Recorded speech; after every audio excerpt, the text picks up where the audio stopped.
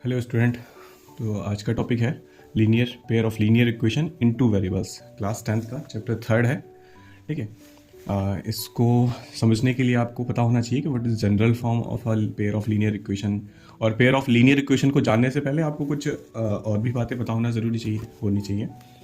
जैसे कि pair of linear equation की जनरल फॉर्म क्या होती है। ठीक है। तो जनरल फॉर्म क्या होती है कि a1x plus b1y plus c1 is equals to 0। ये तो एक लीनियर इक्वेशन की जनरल फॉर्म हो गई, लेकिन ये चैप्टर क्या है हमारा, पेयर ऑफ लीनियर इक्वेशन।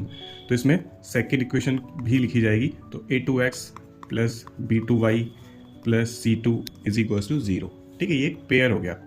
तो this is a general form of a pair of linear equation in two variables because there are two variables x and y। ठीक है। तो ये जनरल फॉर्म होती है एक पेयर ऑफ लीनियर इक्वेशन। ठीक है, अगर कभी लिखने को आए तो आपको पता होना चाहिए। बाकी पूरा चैप्टर भी आपको इसी से समझ में आता है कि what is a1, what is b1, c1, ये सब क्या होता है। तो ये पेयर है, लेकिन हम क्लास 9th में क्या पढ़ते हैं, उसमें पेयर नहीं होता। उसमें तो क्या होता है कि लीनियर इक्वेशन होती है इन टू वेरिएबल्स। तो वो क्या होगी, अगर ओनली लीनियर इक्वेशन हो, पेयर ना हो, तो फिर क्या होता है कि ax plus by plus c is equals to 0।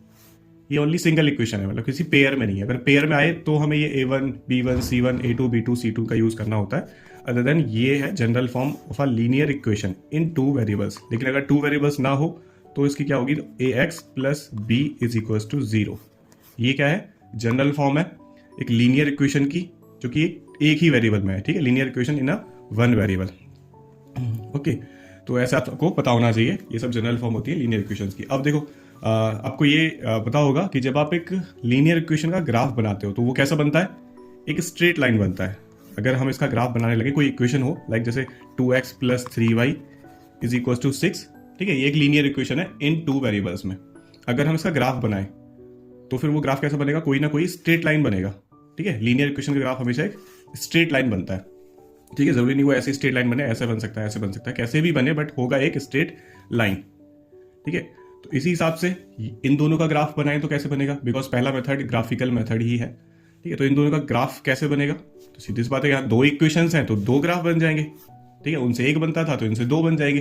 ठीक है, तो आपको फिर ये पता रहना चाहिए कि जब एक से एक ग्राफ बन जाता है तो दो से दो ग्राफ बन जाएंगे।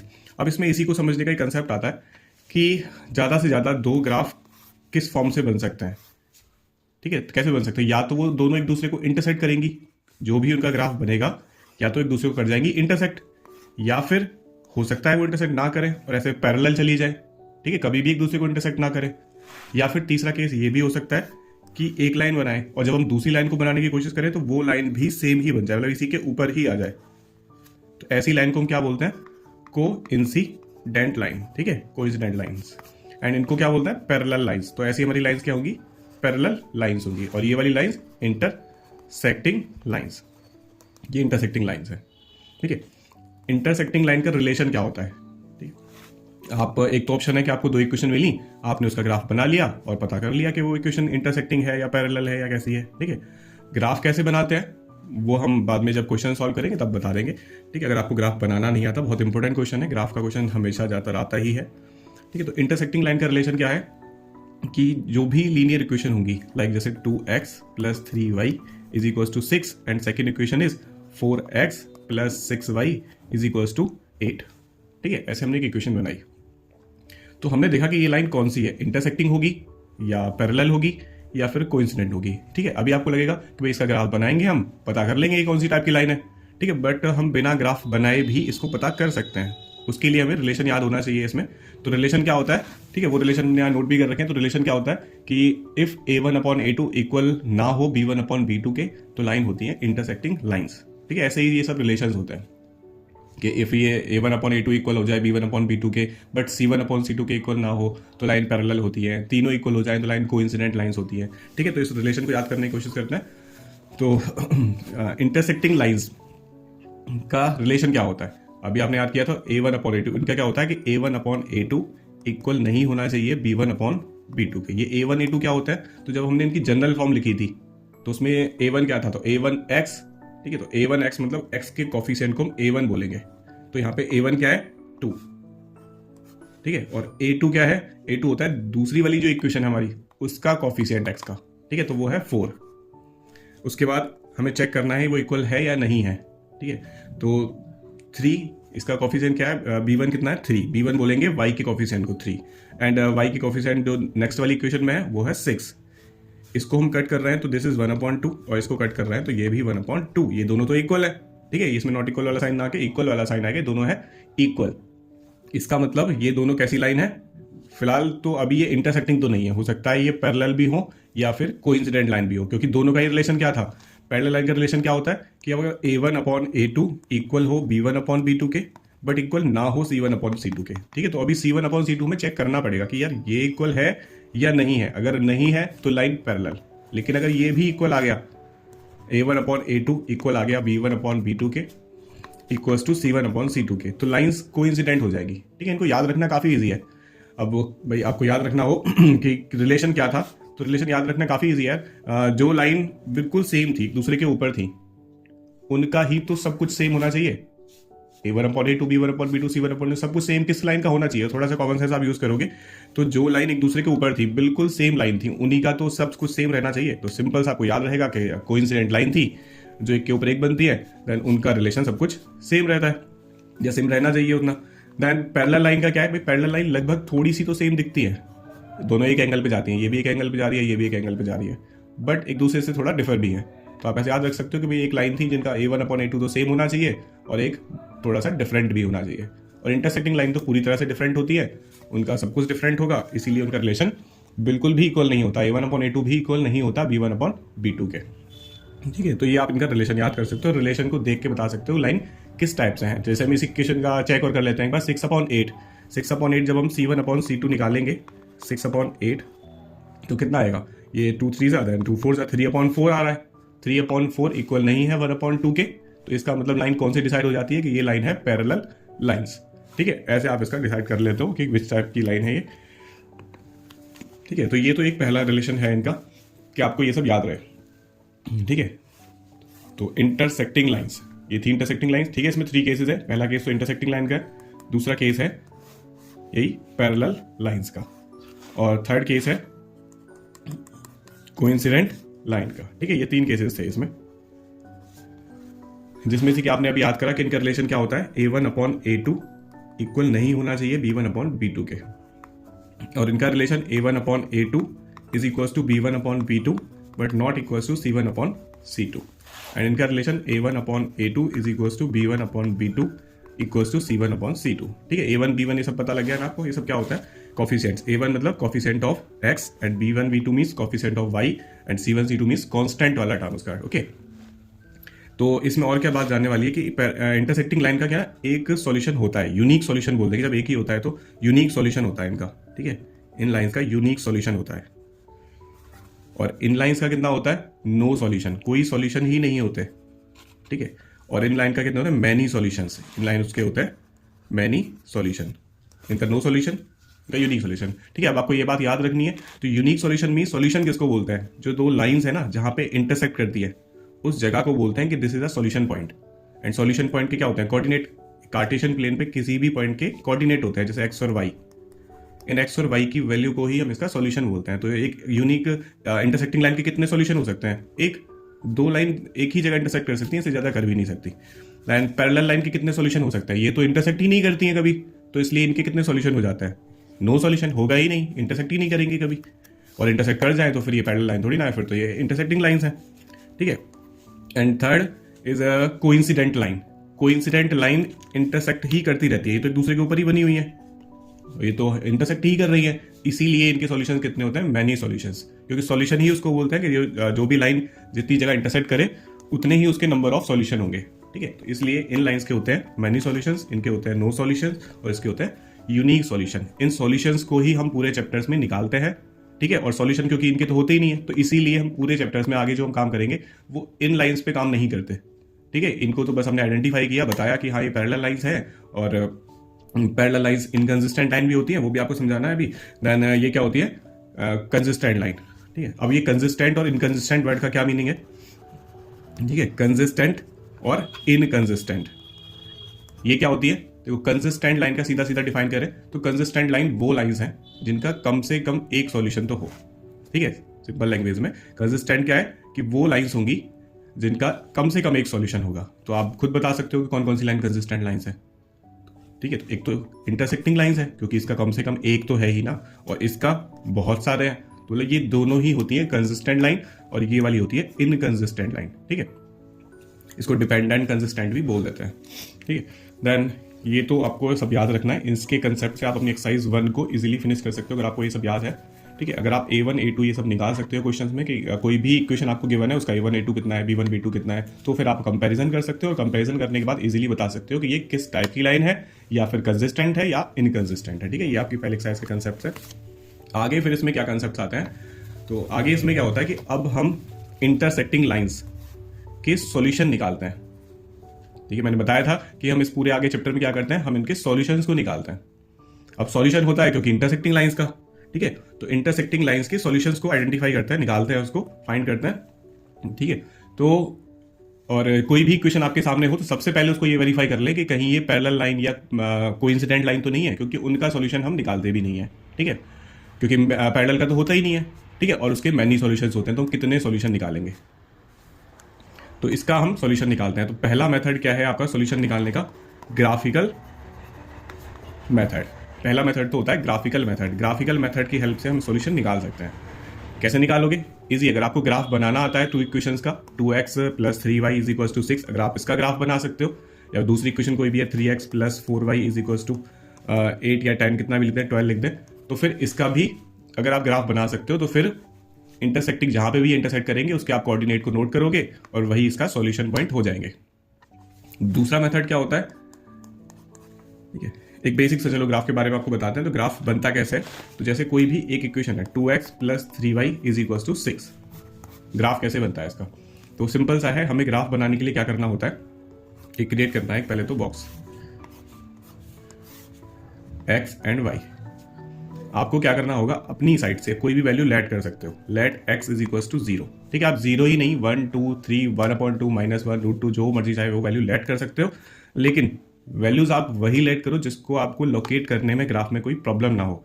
ठीक है, ऐसा नहीं कि आपने लोकेट तो √2 कर ली, बट मतलब वैल्यू तो √2 ले ली, बट उसको लोकेट नहीं करा जा रहा या टाइम लग रहा है उसमें। ठीक है, कर सकते हो बट टाइम लग रहा है, तो ऐसा कोई भी पॉइंट लेट ना करो कि जिससे कि आपको टाइम लगे।